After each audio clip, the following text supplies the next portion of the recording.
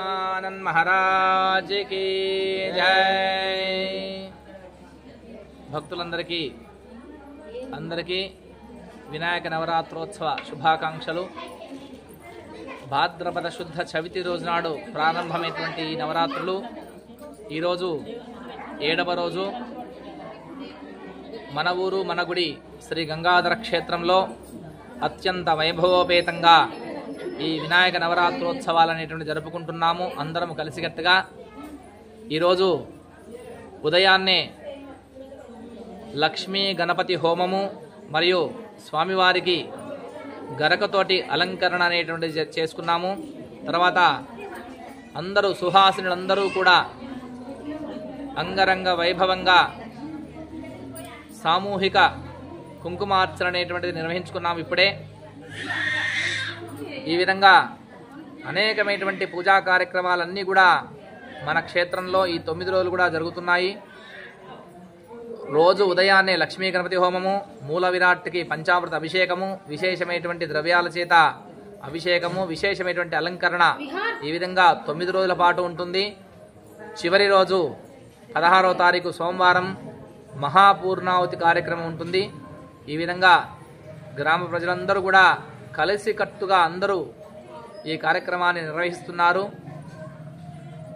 ఈరోజు సాయంకాలము బ్రహ్మశ్రీ వేదమూర్తి అయినటువంటి సింహాచల శాస్త్రి గారు గుంటూరు వాస్తవ్యుల గారి చేత భక్త రామదాసు హరికథా కాలక్షేపం అనేటువంటిది కూడా జరగబోతుంది। కాబట్టి ఇట్టి కార్యక్రమాలన్నింటికీ కూడా భక్తులందరూ కూడా అధిక సంఖ్యలో పాల్గొని ఆ విఘ్నేశ్వరుని యొక్క కృపా కటాక్షాలు పొందగలని ప్రార్థన। सर्वे जना सुखिनो भवन्तु। जय बोलो लक्ष्मी गणपति महाराज की जय।